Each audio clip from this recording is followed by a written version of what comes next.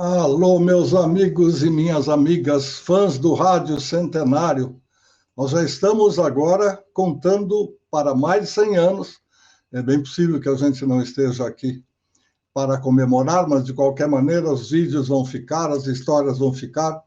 E os nossos amigos que continuarem a escrever a história do rádio vão poder dizer muitas coisas que viram, que viveram e tudo mais.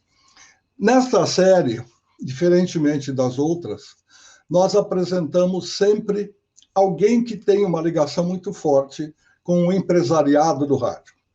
O diretor, o dono, alguém que é aquela pessoa que pode falar pela emissora. E isso nos traz uma sensação de segurança muito legal, porque às vezes a gente conversa com um funcionário, com um dos tantos empregados da rádio, somos todos nós na relação CLT, então tem o patrão e o empregado. Eu não gosto de usar essa linguagem que é mais sindical do que outra coisa, mas é a realidade. Então, para ficar claro, para quem não é do ramo, a gente sempre faz um pequeno esclarecimento. Quero lembrar a vocês, antes que as coisas passem e a gente deixe passar, que aqui, nessas redes sociais, seja no nosso YouTube, no Facebook, no LinkedIn e também no Instagram, nós estamos reproduzindo as nossas conversas em todos os canais que tem o meu nome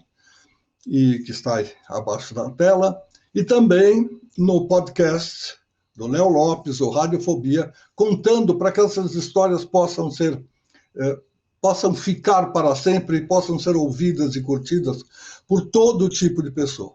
Até aquela pessoa que tem dificuldade visual, que tem uma deficiência visual, que tem algum problema. Olha, eu não tenho o monitor em casa. Ok, você pode ouvir o nosso áudio através do podcast. E vamos hoje contar uma história que tem décadas e décadas de muita coisa boa. Primeiro porque eu fui fã do patriarca, o fundador, não só porque ele era chamado de o Marechal da Vitória, e todos nós que gostávamos de torcer pelo Brasil já aplaudíamos o Dr. Paulo Machado de Carvalho, mas porque ele era um batalhador. Sem nada disso que nós temos hoje, ele começou lá nos anos 40 a se interessar pelo empresariado de rádio. Ele teve 3 filhos, um está vivo, o senhor Antônio Augusto Amaral de Carvalho, o Tuta. O Paulito é o neto, o Paulinho é o filho, e nós vamos contar a história através do nosso querido Paulito, a quem já agradecemos a gentileza da presença e vamos em frente. Luiz Fernando, muito obrigado pela oportunidade. Eu gostaria apenas de fazer uma correção a você. Meu avô teve efetivamente 3 filhos, mas eu acabei entrando por tabela e virando um 4º filho dele. Eu, quando nasci em 1948, eu, com 2 anos de idade, praticamente fui surrupiado da casa de meu pai e minha mãe e passei a morar com meu avô e minha avó. Então, na verdade, eu tinha 2 casas, com meu avô e com minha avó, e com meu pai e com minha mãe. Ficava muito mais com meu avô e com minha avó do que com meu pai e minha mãe. Porque meu avô, de alguma forma, acabou se afeiçoando muito a mim. Então, desde muito criança, eu frequento e frequentei o meio rádio. Eu, em criança, ia inúmeras vezes à Record, na rua Quintino Bocaiúva, 22, com o meu avô, onde tive a oportunidade de poder começar a entender um pouco de como as coisas funcionavam. Meu avô era um homem extremamente bom, mas muito rígido na sua conduta. Você tem uma ideia, ele que me levava ao colégio, ia me buscar, olhava meu boletim, via minhas notas, acompanhava como eu estava, como eu não estava, e sempre foi profundamente exigente. Quando eu completei 14 anos de idade, o meu presente dele foi uma carteira profissional do menor, que eu tenho guardado até hoje, e um emprego de auxiliar de escritório na Rádio Record S.A. Esse emprego me obrigava a trabalhar durante o dia e estudar à noite, porque ele exigia que eu continuasse estudando. Lá, como auxiliar de escritório, eu fazia todo o trabalho que todos aqueles lá faziam. Eu levava a correspondência para cima, para baixo, pegava ônibus ali na Rubem Berta para ir ao centro da cidade, levar principalmente correspondência ao Edmundo Monteiro, nos diários associados na Rua 7 de Abril, que tinha uma ligação muito forte com meu avô. E, de alguma forma, com isso tudo, eu acabei, naquele momento, sendo um segurador de pasta do velho Paulo Machado de Carvalho. Um homem absolutamente independente, jamais andou com segurança, caminhava pela rua de uma forma absolutamente livre, dirigiu o seu próprio automóvel até os 90 anos. Ele tinha um Chevette verde. Com 90 anos de idade, ele dirigia um Chevette verde. Era o carro dele, não tinha motorista, não tinha absolutamente nada. Era ele dirigindo. Isso me deu uma grande oportunidade de poder conviver com uma pessoa realmente extraordinária que me ensinou muito. Então, com os 14 anos, eu comecei a trabalhar na Rede Record e, de alguma forma, eu comecei a trabalhar muito mais na estrutura financeira, porque eu estava me preparando para ser administrador de empresa pela Fundação Getúlio Vargas, que foi efetivamente o que aconteceu. Ele exigia que eu trabalhasse no período diurno e, durante a noite, fosse à faculdade. Era até muito curioso, porque eu saía da faculdade 10h45 da noite e ia para o Teatro Record, porque eu era obrigado a fechar o borderô da bilheteria do teatro, junto com o Gaúcho, que na época era o gerente do teatro, fechava a bilheteria, recolhia o dinheiro e ia para a pizzaria em frente na Rua da Consolação, na qual eu encontrava com o Roberto Coelho, com o Vanderleia, o Milton Traves, e com todos os amigos que a gente foi fazendo ao longo da história. Quando era de madrugada, voltava para casa para dormir, e no dia seguinte, 9 horas da manhã, estava eu lá na tesouraria, entregando o valor arrecadado na noite anterior. Claro que naquela época não se tinha violência de hoje, eu andava com o dinheiro num saco de papelão, sem qualquer tipo de problema, sem qualquer tipo de dificuldade. E assim fui indo, até que eu estava na parte financeira, tocava lá as coisas, já acabei subcontador da empresa naquela ocasião, até que um dia, no final de março de 1969, eu fui chamado a uma reunião de diretoria. Para vocês terem uma ideia, ser chamado a uma reunião de diretoria naquela época era alguma coisa que trazia uma grande preocupação. Porque a primeira coisa que eu imaginei é que bobagem eu havia feito para ser chamado a uma reunião de diretoria. Bom, não foi minha surpresa, quando eu bati a porta, entrei na sala em que estavam reunidos todos os diretores, inclusive meu pai, meu tio Alfredo, meu tio Tuto, meu avô e os demais diretores da empresa, e uma cadeira vaga. Quando eu entrei, ele me disse, por favor, sente-se nessa cadeira. Eu sentei naquela cadeira e ele me disse, olha, eu quero lhe dizer o seguinte, você, a partir do dia 7 de abril próximo, vai assumir a direção geral da Rádio Record. Eu queria abrir um parênteses para dizer o seguinte, o que era a Rádio Record naquela época? Era a empresa mais antiga do grupo, tinha sido a grande fornecedora de mão de obra para a TV Record nos anos 50, e naquela ocasião ela estava absolutamente sucateada, sem qualquer tipo de estrutura profissional ou de equipamento, uma emissora com 50 quilowatts que funcionava com 2,5 kW. Houve um determinado momento em que a empresa até entendeu que deveria devolver a concessão ao governo. Tamanho problema que a Rádio Record significava para as emissoras unidas, para o grupo todo capitaneado por meu avô. E eu conhecia bem isso, porque trabalhava no financeiro, sabia muito bem qual era a situação da empresa naquele momento. Sentei naquela cadeira e ele me disse, o senhor vai, a partir do dia 7 de abril, assumir a direção geral da Rádio Record, e o senhor tem duas opções, ou o senhor aceita o encargo, ou o senhor, infelizmente, está desligado da empresa. Eu, com 20 anos, 21 anos, falei, bom, não tem jeito, eu vou topar esse emprego. Lhes confesso que foi uma coisa muito difícil, porque eu peguei uma empresa com grandes dificuldades, uma mão de obra muito antiga, pessoas muito antigas, zero praticamente de faturamento. Aqueles que haviam me antecedido haviam transformado a rádio em rádio para homem, rádio para mulher, rádio para motorista de carro, enfim, diversas alternativas. A primeira coisa que me veio à cabeça foi fazê-la aquilo que sempre teve no DNA dela. Uma rádio popular, voltada às massas, voltada à coletividade. Essa sempre foi a história da Rádio Record. Em 32 teve uma participação na Revolução de 32, foi a Voz de São Paulo, teve uma vida muito intensa ligada à cidade de São Paulo. E eu entendi que aquele momento, o DNA dela, era voltarmos a ser aquilo que já fomos. E o que acontece é que um menino de 21 anos de idade, de repente, se viu sem absolutamente ninguém. Aí o que eu fiz? Eu comecei a procurar companheiros que, de alguma forma, pudessem se juntar a mim para que pudéssemos trocar coisa para frente. Aí eu tinha um grande amigo, que já éramos amigos no tempo que eu trabalhava no financeiro, que era o Edson Guerra. O Edson Guerra estava por lá, e eu peguei e falei, Edson, pô, vem trabalhar comigo, vem me ajudar aqui, vem me ajudar aqui no artístico. E ele prontamente se colocou ao meu lado. Tinha um rapaz que trabalhava numa agência de propaganda chamada América Propaganda, era um dos responsáveis pelos anúncios do Arroz Brejeiro. E esse rapaz era o Francisco Fernando Magalhães Pai de Barros, Chico Pai de Barros. E um dia eu precisava de alguém para o comercial e me foi indicado o Chico. E o Chico apareceu lá muito tímido, ele era muito fechadinho. Aí, numa conversa com ele, acreditei que nós poderíamos fazer mais alguma coisa junto. Então, integramos o Chico ao nosso processo.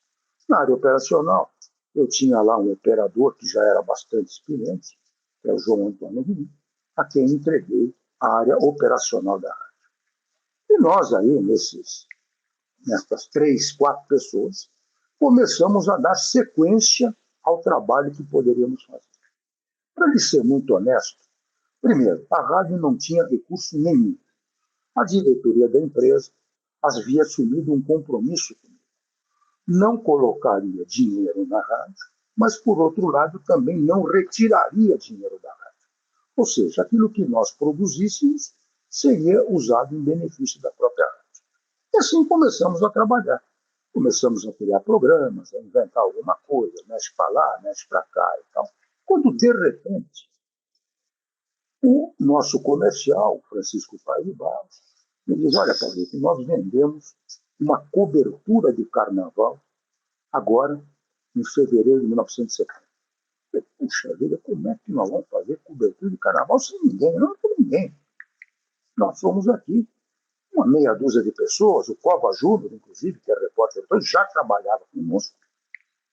E aí surgiu a ideia, vamos fazer o seguinte, vamos pegar os poucos telefones que nós dispomos aqui na empresa, linhas telefônicas, colocá-los na central técnica e, pelo telefone, nós chamamos outras cidades e pedimos à emissora local que nos passasse informação sobre como transcorria o carnaval naquela localidade. Isso era uma coisa extremamente, aparentemente fácil, mas muito difícil, porque na década de 70, para se conseguir uma ligação telefônica interestadual, ou mesmo dentro do estado de São Paulo, era uma coisa muito difícil. A gente ligava para aquele famoso 101 e ficávamos horas esperando que a ligação se completasse. Mas mesmo assim, o que é que podíamos fazer? Era a única opção que nós tínhamos para poder fazer alguma coisa em termos de carnaval com um custo possível, já que recurso nenhum havia. E aí fomos indo, informação daqui, informação dali, informação. Quando, de repente, eu, por coincidência, completei uma ligação com a Rádio Alvorada de Brasília, em que lá estava um jornalista chamado Paulo Roberto, que, por sua vez, era o proprietário da rádio. Conversando com ele pelo telefone, ele, além de passar um boletim de como transcorria o carnaval em Brasília, me deu uma informação interessantíssima. Naquela ocasião, no final dos anos 69, 1970, havia sido sequestrado pelos Tupamarus no Uruguai o cônsul brasileiro, o cônsul Gomide. E os Tupamarus pediam, para liberá-lo, $250 mil. O governo brasileiro entendia que não podia dispor disso, seria de alguma forma ceder ao terrorismo. Veja, vivíamos um governo militar. Por outro lado, o governo uruguaio também entendia que não podia dispor deste recurso, que também seria uma cessão ao terrorismo. O que acontece é que a esposa do chanceler Bonide percorreu diversas emissoras de televisão, foi o programa do Flávio Cavalcante à época, do Chacrinha, e lá pediu recursos e conseguiu arrecadar a importância dos 250 mil dólares. Como foi pago, eu não sei. O fato é que nesta conversa com o Paulo Roberto em Brasília, ele me disse, olha, eu tenho um repórter da Rádio Alvorada que está na cidade de Chuí, na fronteira com o Rio Grande do Sul. E eu disse, olha, então faz uma coisa, me dá o telefone do hotel em que ele está e tal, porque de repente a gente pode dar a notícia aqui, dar a notícia posteriormente a vocês, evidentemente, porque o repórter é de vocês, trabalha para vocês. Mas ele me passou gentilmente o telefone e eu pedi a ligação lá para o Chuí.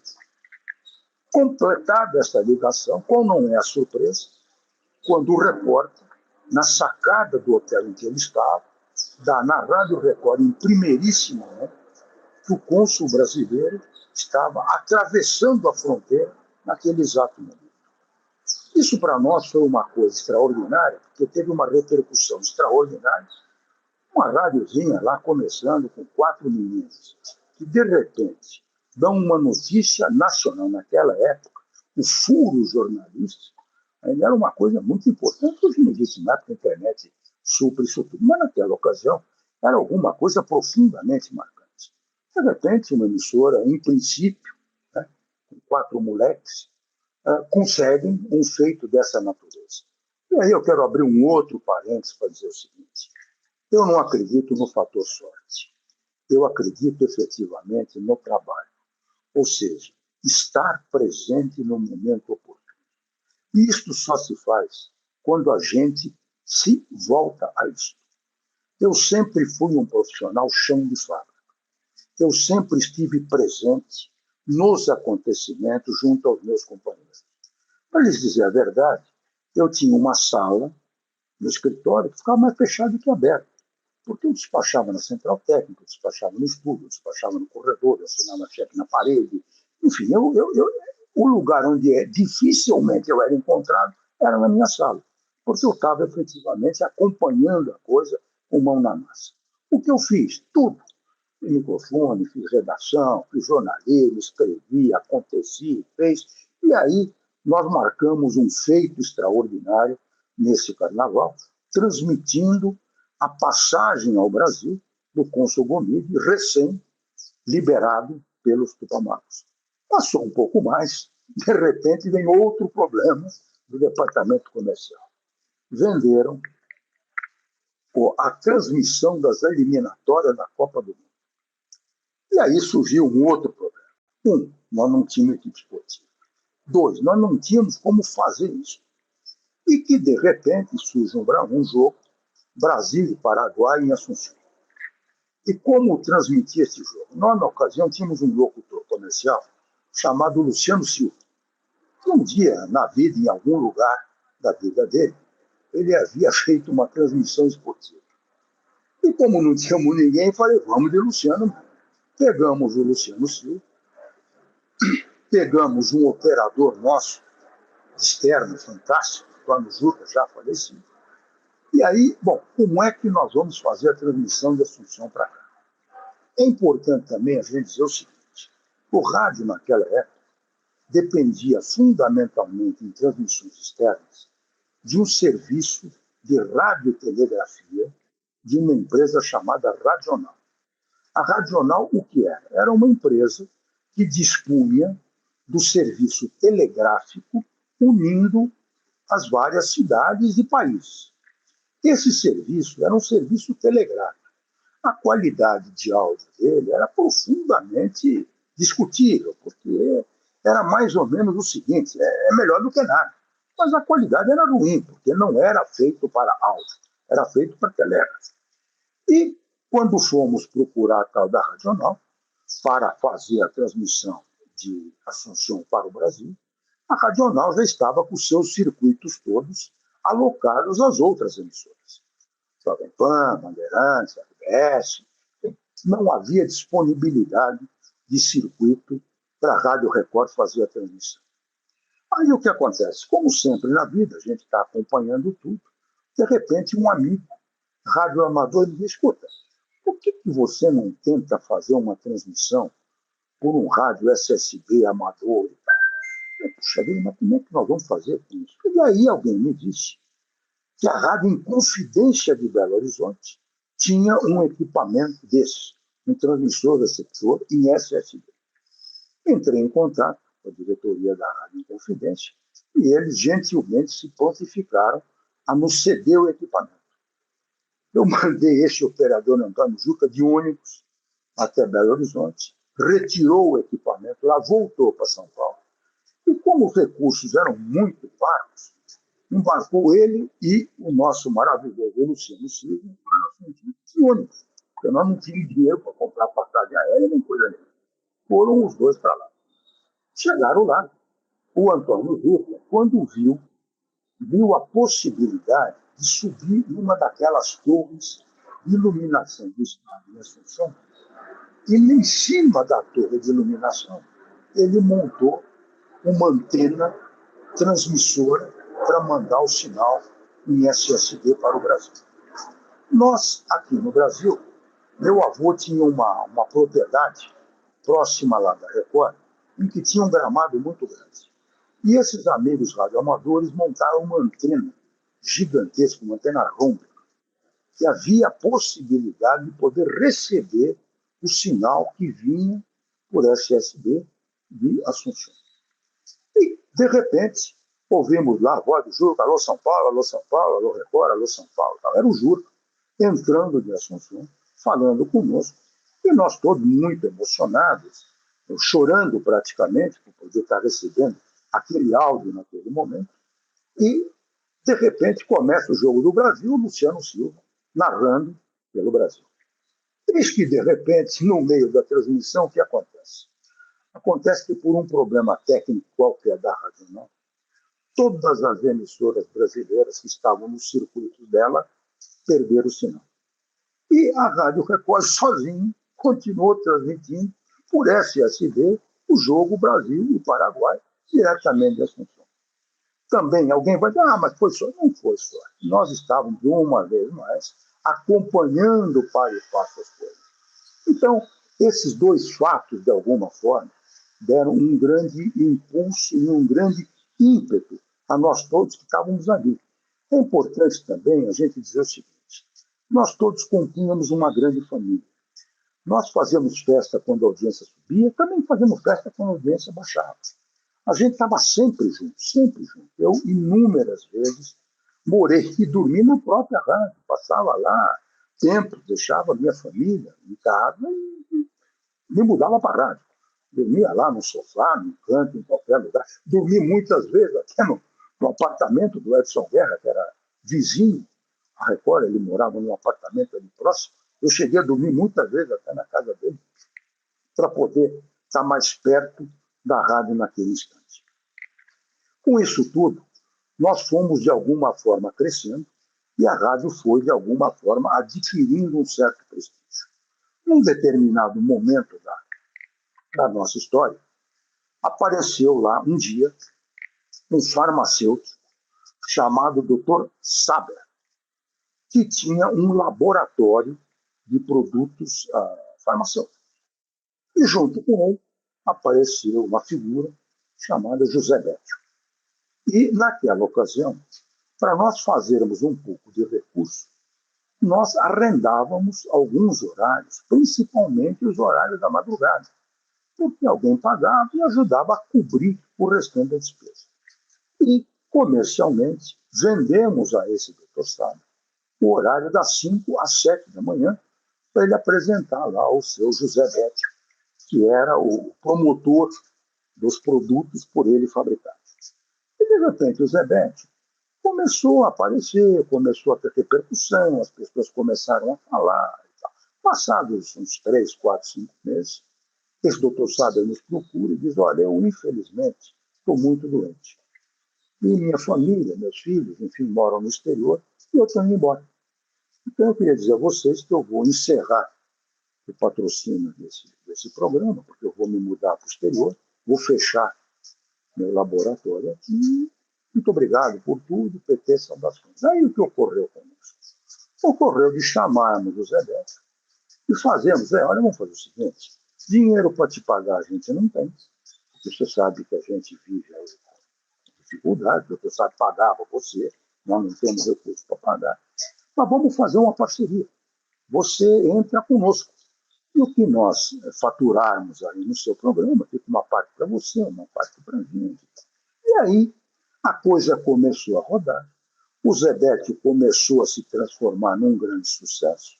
Na sequência, o Gil Gomes, que trabalhava na Rádio Marconi, estava fazendo alguns biquinhos já na Record no tempo anterior, trouxemos o Gil, e aí começamos a montar uma programação com o Zebete, com o Gil Gomes, e a rádio começou a subir.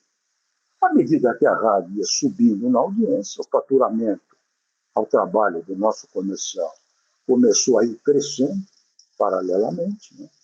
E nós começamos a obter recursos.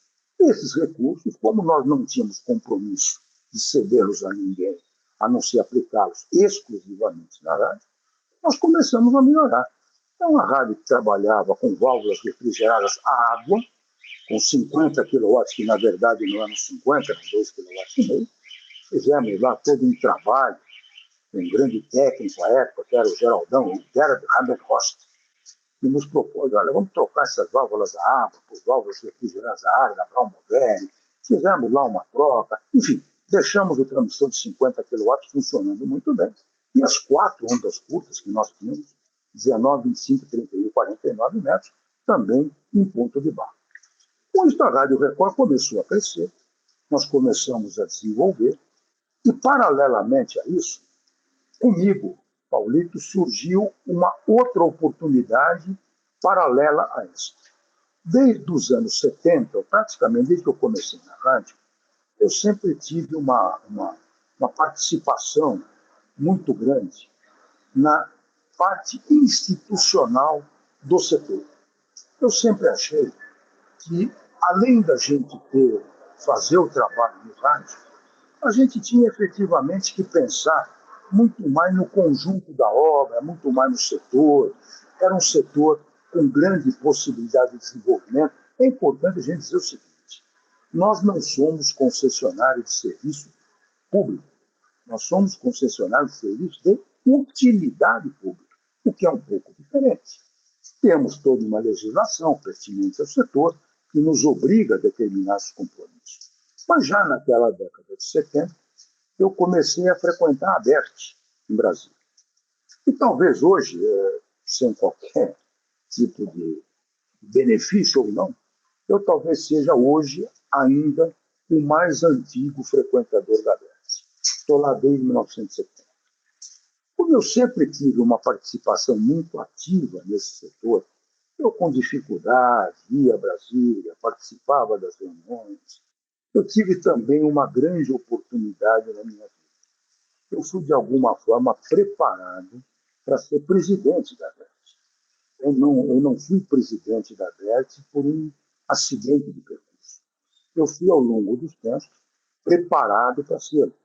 Eu fiquei de 70 a 2000 sendo preparado para ser presidente da ABERT, com grandes professores.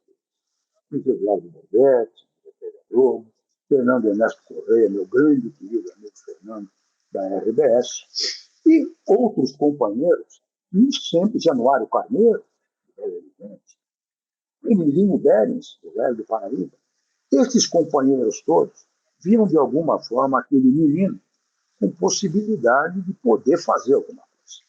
E assim eu recebi um tratamento diferenciado e um acompanhamento muito perto para acabar me tornando no que me tornei. Fui presidente da ABERT por 2 mandatos consecutivos, fiquei em Brasília 10 anos, não direto, mas de segunda a sexta-feira lá, fim de semana em São Paulo, em casa.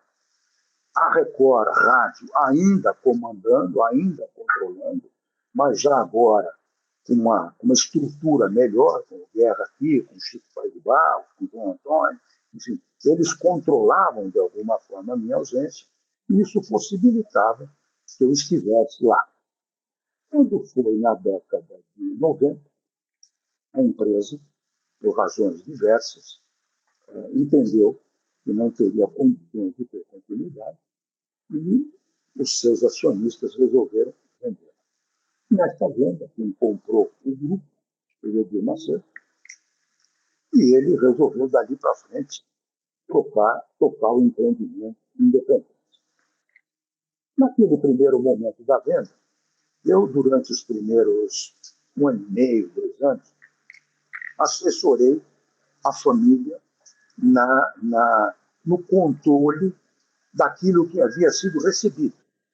Então, recolhemos todos os tributos pertinentes, fizemos tudo absolutamente, dentro da absoluta legalidade, sem qualquer tipo de problema, razão pela qual nunca tivemos nenhum tipo de problema.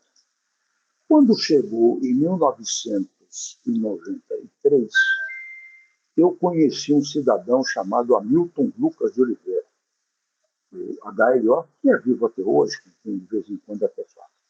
E o Hamilton era o responsável por uma empresa chamada IBF, Indústria Brasileira de Formulários, e, por sua vez, responsável pela Raspadinha. E o Hamilton me disse: Paulito, eu tenho um problema em São Paulo, você sabe que eu comprei o Grupo Manchete, tem lá a TV Manchete, não sei o que e tal, e queria que você fosse dirigir a TV Manchete de São Paulo. Hamilton, puxa vida, não dá. Mas no final ele acabou me convencendo, e eu fui à TV Manchete e acabei assumindo a direção da TV Manchete de São Paulo. E por um período muito curto, que aquilo durou talvez 3 ou 4 meses, porque logo em seguida houve uma medida judicial.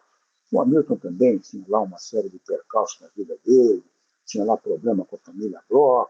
No fim, eu acabei ficando lá 3 ou 4 meses e me desliguei, porque eu não tinha a menor condição de prosseguir daquela forma. E passou aí, sei lá, uns 6 meses. Um dia meu tio Tuta, presidente da Jovem Pan, me chama. Pô, Paulito, olha, eu tenho uma ideia de fazer uma rede de rádio, o que você acha? Eu falei, olha, podemos tentar fazer. Eu tinha alguma experiência, porque no final dos anos 80, meados dos anos 80, eu já estava, de alguma forma, envolvido no setor televisão, porque meu pai havia se aposentado do cargo de primeiro diretor executivo e eu havia assumido o cargo que ele ocupava. Eu já tinha uma certa vivência na televisão. Quando nós iniciamos aquele processo de rede, na Jovem Pan, eu trazia um problema que as televisões tinham e que, naquela época, era uma constante. As televisões tinham sua rede de afiliados e havia um problema de como se acertar as contas financeiras, porque você tinha preço de perna de subida de satélite, preço de descida de perna de satélite, e custo para lá, para cá. Resumindo, quando chegava ao final do mês, a geradora sempre achava que tinha cobrado pouco do afiliado, e o afiliado entendia que tinha sido cobrado muito dela pela geradora. No caso da Jovem Pan, nós invertemos esse processo. Estabelecemos um FII em comerciais, que foi algo que funciona até hoje, que fez com que nós não tivéssemos mais acerto de contas. Ou seja, o que é da afiliada é da afiliada, o que é da geradora é da geradora, não se presta contas de um para o outro, não há envolvimento nesse sentido. Nós geramos conteúdo e o indivíduo lá gera e transmite a sua programação. Naquele início, para vocês terem uma ideia, foi uma coisa bastante difícil, porque, apesar que a Jovem Pan tinha uma marca muito forte, mas era uma emissora paulistana. E eu tinha que tentar colocá-la no estado de São Paulo e no resto do Brasil. Isso me deu possibilidade de viajar o Brasil inteiro. Eu percorri cidades e mais cidades do Brasil, uma pastinha debaixo do braço e uma fitinha cassete, em que procurava emissora por emissora, sentava com o diretor, explicava qual era o projeto, explicava o que nós íamos fazer, deixava com ele um folheto e uma fita. Aliás, recentemente, eu digo, talvez uns 3 meses atrás, um amigo de Minas Gerais me mandou de presente aquele kitzinho que naquela época eu havia deixado com o pai dele, em 94, e que ele acabou encontrando lá e gentilmente me mandou de presente. Eu fiquei, é o que eu tenho daquele material que eu me lembro que acabou sobrando para mim. E é um trabalho realmente de porta em porta, é um trabalho de caixeiro de agentes. Então, de uma cidade emendava na outra, de uma na outra, de uma na outra, e assim a gente ia percorrendo e colocando a Jovem Pan para as pessoas.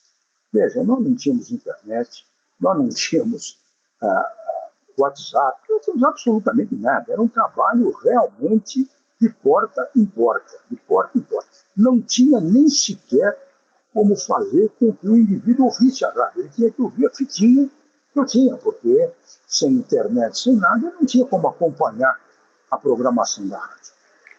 E com isso nós fomos crescendo. Eu tive algumas coisas aí extremamente curiosas, interessantes. Um dia eu fui a Florianópolis, e vejam como a vida é curiosa. E fui a uma empresa que é ligada à Rede Bandeirantes e que era dirigida por uma pessoa chamada Ivan Oreste Bonato. E o diretor desta emissora, que lá está, era o Paulo, que trabalhava diretamente com o Bonato, e eu fui a Florianópolis para conversar com algumas emissoras e acabei indo conversar lá com o Paulo. E o Paulo disse, olha, Paulo, você sabe como é que é, eu tenho um vínculo com a Bandeirantes, eles estão conosco há muito tempo, eu não tenho como te ajudar. Mas você pode ficar aqui mais alguns dias? Eu posso, eu posso, claro, eu estou procurando clientes. Ele disse, olha, eu vou fazer o seguinte, eu vou tentar agendar para você uma reunião na cidade de Criciúma, que é aqui próximo, tá? E que eu acho que valeria a pena você ir conversar com ele. Bom, fiquei lá, quando é 1 ou 2 dias depois, vou a Criciúma. E lá conheço uma pessoa chamada Enio Stein. Este Enio Stein era diretor de um grupo de emissoras de rádio, do grupo Secrisa, cujo proprietário era o Dilor Freitas, esse senador, um homem extremamente importante. Eu conversando com o Enio Stein, ele disse, olha, eu achei a ideia muito boa e tal, acho que é um negócio muito interessante, mas você precisa conversar com o doutor Dilor, porque quem resolve o assunto é ele, nós não resolvemos nada. E tudo bem, como é que eu faço? Não, se você ficar aqui mais um dia, amanhã de manhã, ele mora no Rio de Janeiro, mas ele vem para cá, porque vai haver uma reunião do Conselho da Segurança. E, posteriormente a essa reunião, eu posso arrumar um espaçozinho para você ir conversar com ele. Então, fiquei lá, eu esperando. Houve lá a reunião do grupo Secretaria, terminada a reunião, o Einstein me colocou a conversar com o doutor Dilor. Eu sentei com o doutor Dilor, comecei a explicar a ele como era o projeto, como funcionava, como é que era, não sei o que. No meio da conversa, ele vira-se para mim e diz, olha, eu acredito em você. Chamou ele e falou, faz o seguinte, pega todas as nossas emissoras e coloca para Jovem Pan.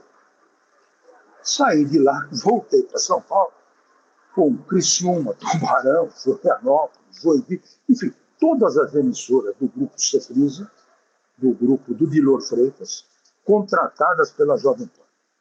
Eu também cheguei aqui, foi um entusiasmo enorme. Puxa vida, tinha feito uma viagem e trouxe, numa vinda só, uma série de emissoras. E nós começamos a crescer com grandes companheiros. Eu não posso deixar de mencionar o Marcelo Duarte, hoje está na TV Record, o Alexandre Ovoruski, enfim, o Marcelo Carvalho, meu primo, que começou comigo naquele momento, nós começamos juntos. A coisa foi se desenvolvendo, e hoje a rede está aí, muito bem, obrigado, e a gente vai tocando as coisas. Paulito, eu vou pedir para você, por favor, eu vou interromper você, me desculpa, mas eu tenho tantas perguntas, tem tanta coisa que eu quero saber, eu não quero que você responda correndo, e muito menos que a gente tenha que parar de conversar, porque o programa vai chegar ao fim daqui a pouquinho. Então, para evitar esse tipo de coisa, por favor, aceite o nosso convite, vamos conversar com você em outro programa e você vai contar todas as histórias que a gente precisa ouvir. É possível? Luiz Fernando, eu farei com muito prazer. Você é um profissional por quem eu tenho grande respeito e amizade e sei fundamentalmente da sua competência. Então, por favor, conte com o seu amigo aqui para o que você precisar. Ok. Obrigado, Paulito. A gente volta a conversar brevemente, ok? Este foi Paulo Machado de Carvalho Neto, Paulito, grande amigo, foi presidente da ABERT, foi presidente da ESP recentemente, é um baluarte na área de comunicação e, fazendo jus ao DNA, ele representa a família Paulo Machado de Carvalho, seu avô, o criador de tantos e tantos meios de comunicação. A gente volta na semana que vem conversando com o Paulito sobre essa história toda do rádio querido, da televisão também. Até lá.